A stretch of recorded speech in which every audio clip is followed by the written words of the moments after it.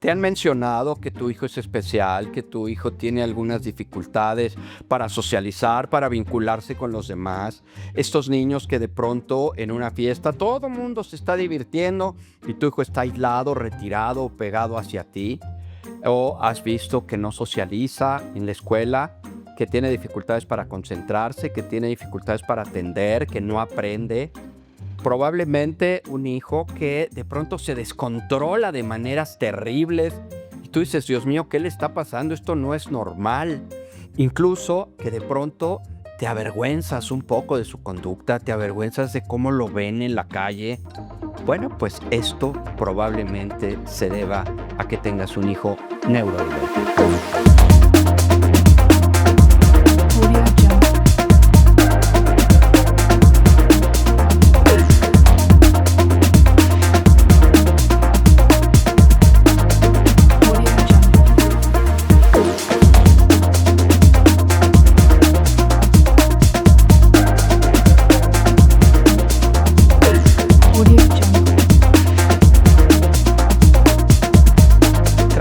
Es normal, de verdad que es normal. ¿Por qué? Porque tener un hijo neurodivergente nos lleva a vivir algunas sensaciones muy extrañas y mucha presión social.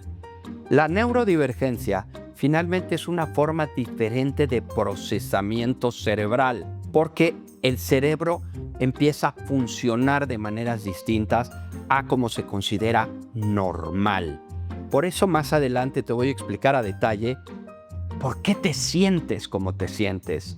Y esta neurodivergencia te va a ir llevando gradualmente a entender toda la situación que está alrededor de tu hijo. Pero vamos a un ejemplo concreto y vamos a ver el siguiente video. No puedo, güey. Te juro que ya no puedo. Me da pavor bajar en el club. Se pone a gritar y siento como todos me juzgan. Me da vergüenza mi propio hijo. Ay, güey, relájate, te van a salir arrugas, al rato se le pasa. Híjole, esto, créeme, es completamente normal. Es difícil que se abran espacios en donde una persona pueda expresar abiertamente los sentimientos que acabamos de ver, pero créeme que es absolutamente normal. ¿Por qué? Porque los papás suelen sentir culpa, suelen sentir tristeza, suelen sentir que algo no está bien en ellos y por lo tanto de ahí surgió la problemática que ahora ven en sus hijos. Echar culpas para todos lados es una de las cuestiones más frecuentes que yo veo en el consultorio. Y entonces empiezan con que es que tu tío, yo veo que tiene algo similar, entonces viene de la genética de tu familia. Y entonces empiezan los papás muchas veces incluso a pelear por la propia condición de los hijos, la vergüenza que se siente, la pena que se siente cuando eres señalado, cuando eres observado, cuando en la calle ves los gestos de la gente ante los comportamientos de tus hijos, pero que muchas veces se convierte en hostilidad, se convierte en agresión, te pones de malas, te pones a la defensiva. No sé si les ha tocado, a mí sí, gente que ante una reacción de los demás hiperreacciona diciendo pues es un niño y tú y no sé qué y debes ser tolerante y si no estás a gusto ve. Todas estas son reacciones generadas por justamente lo que estás experimentando por dentro. Y ese enojo al que me estoy refiriendo no solamente es volcado hacia afuera, también es volcado hacia los propios hijos. Y entonces me desquito con el hijo por la impotencia que en un momento dado puedes sentir de tener esta condición. Pero no es la única forma de volcar el enojo. A veces el enojo se vuelca hacia uno mismo. Créeme, no estás sola, no estás solo. Por eso, hoy vamos a hablar de algunas neurodivergencias. No son todas, son mucho más, pero sí vamos a hablar de las tres principales que son las más comunes.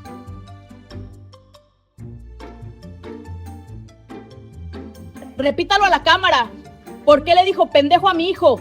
Ay, señora, baje eso. Y yo dije que es un flojo, eso fue lo que dije. No es flojo, está diagnosticado con TDA. Ay, eso ni existe, puras modas. Antes con mano dura se les quitaba. A ver, el TDAH sí existe. no está inventado, no surge de la mentalidad de un papá que tiene un hijo que no ha sabido educar. El TDAH existe y es una condición perfectamente diagnosticada. Y solo como dato curioso te voy a explicar que hay 4 diferentes TDA, porque todo el mundo dice TDAH, no, es TDA, trastorno por déficit de atención. Ese trastorno por déficit de atención va a implicar 2 cosas. Una, que hay una atención deficitaria, porque si no hay una atención deficitaria no es TDA. Y 2, hay una dificultad en el manejo emocional. Entonces, el TDA solito, el TDAH, que es trastorno por déficit de atención con hiperactividad, es decir, niños desatentos y además inquietos, que son los niños acelerados, que parece que tienen un motor que no apagas y ya le quieres quitar la pila porque de plano no paran.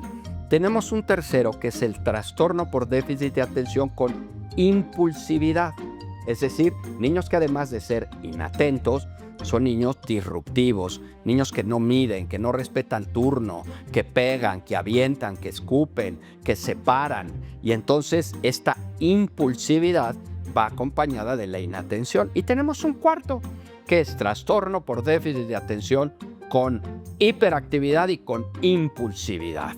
El que evidentemente suele ser el peor visto porque es el que más dificultades genera. Me sorprende que en un video como una maestra que se supone que está especializada, que tiene vocación y demás, pueda decir que eso no existe y que los niños son flojos. No, no son flojos. Tienen dificultades específicas para conducirse como la mayoría de la gente se esperaría que hiciera. Y te lo voy a explicar a través de una analogía que me fascina, que es la analogía del Ferrari. Imagínate que tu hijo es un Ferrari, con motor de Ferrari, con la potencia de un Ferrari, un coche deportivo impresionante, pero tiene el freno de una bicicleta. ¿Cómo se te ocurre que tu hijo podría funcionar con la potencia de un coche súper deportivo, pero que no sabe frenar, que no puede frenar, que no tiene los elementos, la estrategia, la parte neurológica frontal que le permita frenarse? Entonces se van. Y claro, en esta misma analogía, imagínate que tú vas en tu cochecito por la carretera y puedes voltear y decir: oye, mira la vaquita, mira esa chocita, está bien bonita, han tirado un montón de basura aquí, mira, hubo un señalamiento que decía que bajara la velocidad, pero si tú eso lo pasas a 200 kilómetros por hora y le dices: ¿te gustó la casita?, te va a voltear y decir: ¿cuál casita? No la vi. ¿Por qué? Porque yo traigo una revolución mucho mayor. Y esto es mucho de lo que ocurre con el TDA. Tu hijo no está mal, no es flojo, no es que no le importen las cosas, es que tiene una forma de procesar neurológicamente diferente a la que tienen la mayoría de los chicos. Y esto, por supuesto, que le va a generar problemas de aprendizaje en los sistemas que son mucho más tradicionales. Los sistemas en donde tiene que poner atención, en donde hay un maestro, en donde tiene que tal vez tomar apuntes, en donde puedes hablar de alguna situación que el niño debía de haber captado y no captó. Y te voy a poner un ejemplo. Tú le dices a un niño que tiene dificultades de atención, le dices: oye, mi amor, porfa, ve a mi cuarto y en el cajón del buró hay una carterita, tráeme un billete de 100. Y entonces va tu niñito y llega y te grita desde el cuarto: no está, no lo encuentro, no hay. Y entonces vas ahí todo molesto, llegas y el niño realmente está buscando la carterita y el billete de 100 en el cajón del tocador. Le faltó captar buró. Si tú te fijas, pudo haber captado 3, 4 instrucciones, pero una no la captó. Y con eso, evidentemente, toda su ejecución va a estar mal. Y no porque sea flojo o porque no quiera ayudarte o porque no fue. No, simplemente pierden detalles de las instrucciones, detalles de lo que se está hablando, y en ese sentido se presenta esta dificultad.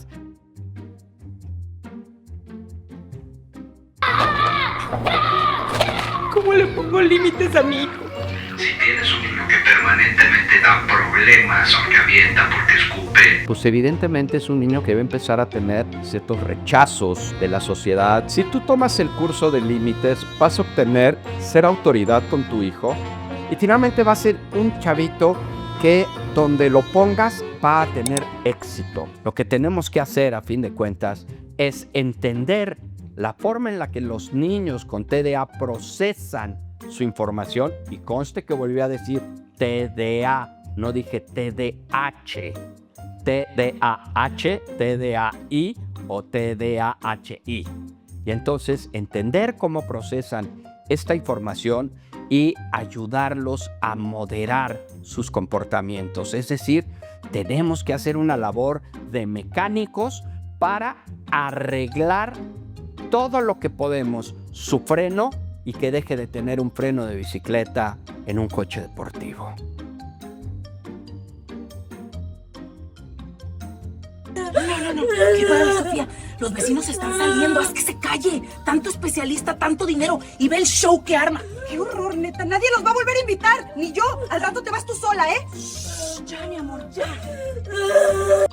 Nunca falta un familiar así, de verdad. ¿Sí? ¿Por qué no podemos entender que hay situaciones diversas y que no todas las personas son iguales?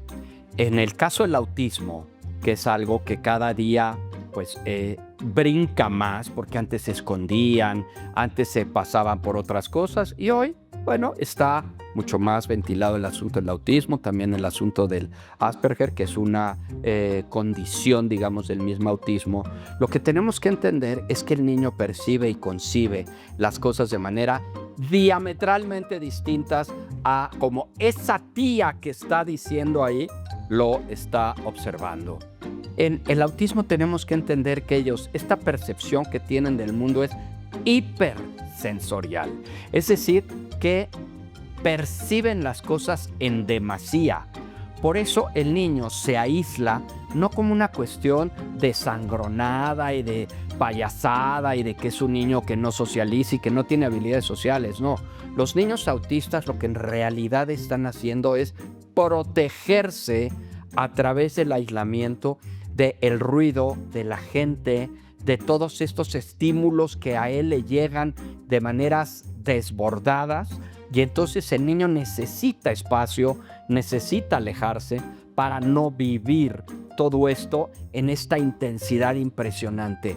Imagínate que tú de pronto estás en una sala y hay 7 televisiones prendidas a todo volumen, en donde uno hay música, en el otro hay un noticiero, en el otro hay un partido de fútbol, en el otro está una película con bombas y balazos, y tú estás ahí en medio y te dicen que tienes que poner atención a todo eso y que tienes que estar tranquilo.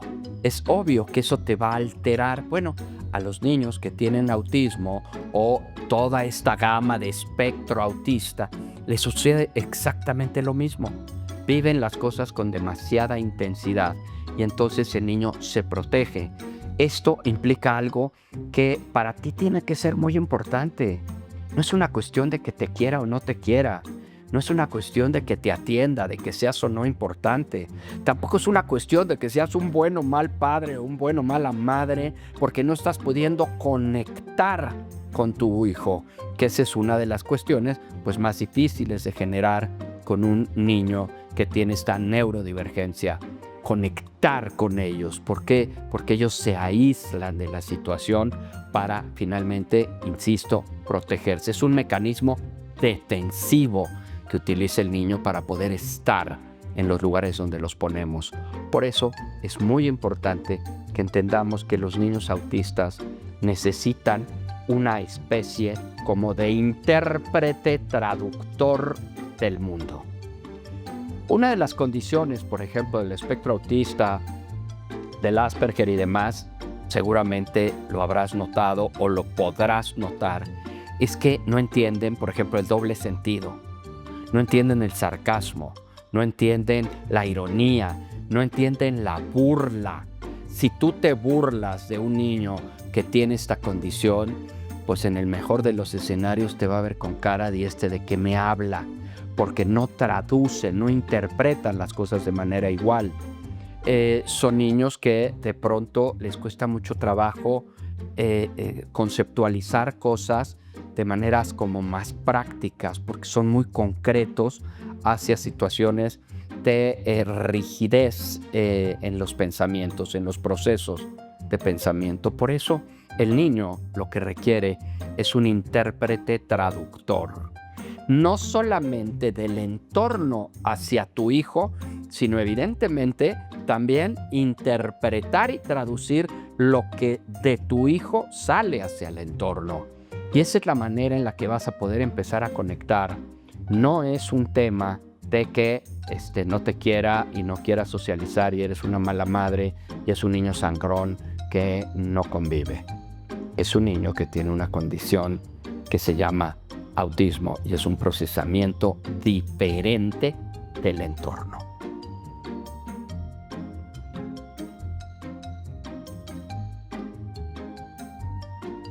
Venimos hablando de neurodivergencia. Es increíblemente elevado el número de personas que tienen malos diagnósticos, que tienen diagnósticos hechos a la ligera. Hoy muchas maestras, muchos especialistas, psicólogos, tías, primos, disparan siempre de primera instancia con es que tiene TDA porque es un niño inquieto, porque es un niño que está muy acelerado, porque es un niño muy energético. También porque puede ser un niño que no tiene límites, que no tiene reglas, que no tiene estructura y entonces se diagnostica como TDA, se diagnostica como autista, se diagnostica como niño berrinchudo, caprichoso, voluntarioso. Y es cierto que hacer un diagnóstico preciso de algunas condiciones es muy difícil. Te voy a comentar algo, puede que te parezca un poco extraño, pero mira, así con la sinceridad que te tengo te lo voy a decir. Yo tengo 36 años como terapeuta y te puedo decir que hoy yo no puedo diagnosticar un déficit de atención solo sentado en el consultorio y con lo que los papás me dicen o con algunas de las pruebas que se aplican en la consulta clínica. Normalmente nosotros podemos sospechar la presencia de un TDA, pero es un neurólogo, es un paidopsiquiatra, es decir, un psiquiatra dedicado en niños, el que lo diagnostica porque tiene ya que ver con una condición fisiológica, neurológica, que digamos que confirma justamente ese diagnóstico. Por eso ser diagnosticado a la ligera es muy complicado, pero también la contraparte es una vez diagnosticado que se minimice el diagnóstico. Por eso, una de las condiciones que se generan posterior al diagnóstico es la forma de manejar a nuestros hijos, de conducirnos con ellos, porque entonces necesita mano férrea, mano firme, mi niño con TDA, necesito forzar a mi hijo que tiene autismo a convivir, a socializar, a adaptarse al entorno. ¿Eso es algo que yo tengo que hacer? En estas condiciones, a veces vemos reacciones en nuestros hijos pues, que son muy inapropiadas, ¿no? Que sentimos que están haciendo berrinche, que son impulsivos, que son agresivos, que pelean demasiado. Y entonces poder encontrar una diferenciación, sobre todo, enfocado en este momento, hay muchos, hacia dos criterios distintos. Mi hijo en un momento dado está haciendo un berrinche o mi hijo tiene una crisis de la que no está pudiendo contenerse por la misma situación de percepción del entorno y de formas de procesar la información. Y esta diferencia a veces suena increíblemente sencilla de decir, pero muy difícil de identificar. Vamos a tomar algunos puntos que nos pueden hacer saber si estamos hablando de un berrinche o de una crisis ante una situación caótica, ¿sí? El berrinche normalmente es una respuesta refleja ante una situación frustrante hacia algo que el niño desea, que el niño quiere y que no está haciendo como él quiere. En este caso, la situación va a ser que el niño va a exacerbar su conducta con miras a presionar al entorno, a presionar a las personas para que accedan a lo que quieren. Pero son niños que cuando te están haciendo el berrinche sí te voltean a ver. Si tú te vas, te pueden perseguir. Esto es muy típico porque van atrás de ti haciendo el berrinche, porque los berrinches necesitan público. Un berrinche sin público no se da porque necesito justamente captar atención. En el caso de una crisis, el niño puede no estar pelándote, no te voltea a ver, no sabe si tú estás o no estás. No se va a ir atrás de ti buscando que llamar tu atención. Tampoco va a estar necesariamente queriendo algo en específico. Simplemente está sobreexaltado. Esta inundación de las emociones que lo están llevando a un descontrol absoluto. En el caso del berrinche, pues la verdad es que podemos nosotros tranquilizarlo simplemente dándole lo que quiere y normalmente ahí pasa. En el caso de la crisis, normalmente no ocurre. Tú le puedes dar al niño y tratar de convencer a través de 20 cosas que al niño le gusta y el niño no se va a contener. Así que, para cerrar este punto técnico, si es berrinche, el niño te está midiendo y necesita límites. Pero si es una crisis, el niño está sufriendo una sobrecarga y lo que necesita es tu calma, no tu enojo. Si tú gritas durante una crisis, es como querer apagar un incendio echándole gasolina. Solo aumentas la amenaza que su cerebro ya siente. Esto me lleva a la parte más importante de hoy, porque sé que como papá o mamá esto cansa. Y a veces, en ese cansancio, empezamos a pensar que el problema somos nosotros o que nuestro hijo está roto. Hay una escena en el cine que explica esto mejor que 1000 libros de psicología. Quiero que la veas con el corazón abierto. Fíjate bien en lo que el maestro Oogway le dice a Shifu, porque aquí está la clave de tu paz mental. Mira este árbol, Shifu. No puedo hacer que florezca cuando me place, ni hacer que dé frutos antes de temporada. Pero hay cosas que podemos controlar. Controlo cuando caiga la fruta. Y controlo... ¡Ya! ¿Dónde plantar la semilla? ¡Hola! Ah, sí. Pero no importa lo que hagas. Esa semilla se convertirá en un durazno. Podrás desear un manzano o un naranjo, pero tendrás un durazno. ¿Lo viste?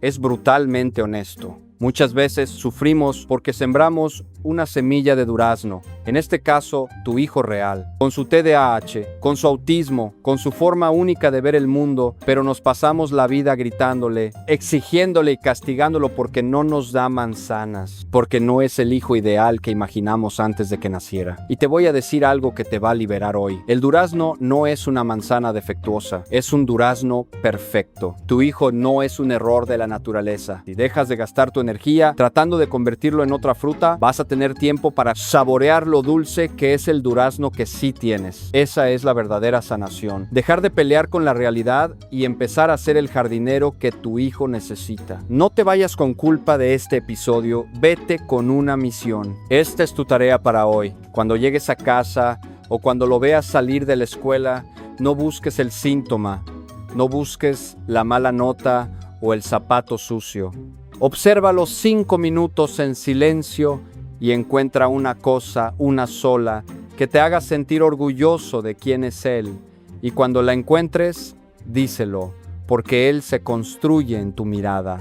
Si tú lo ves con amor, él se sentirá digno de ser amado. Si este episodio te movió algo, por favor compártelo. Hay allá afuera miles de papás sintiéndose culpables que necesitan escuchar que no están solos y que su durazno vale la pena. Soy Juan Pablo Arredondo. Gracias por permitirme entrar a tu vida. Nos escuchamos y nos vemos en el próximo episodio.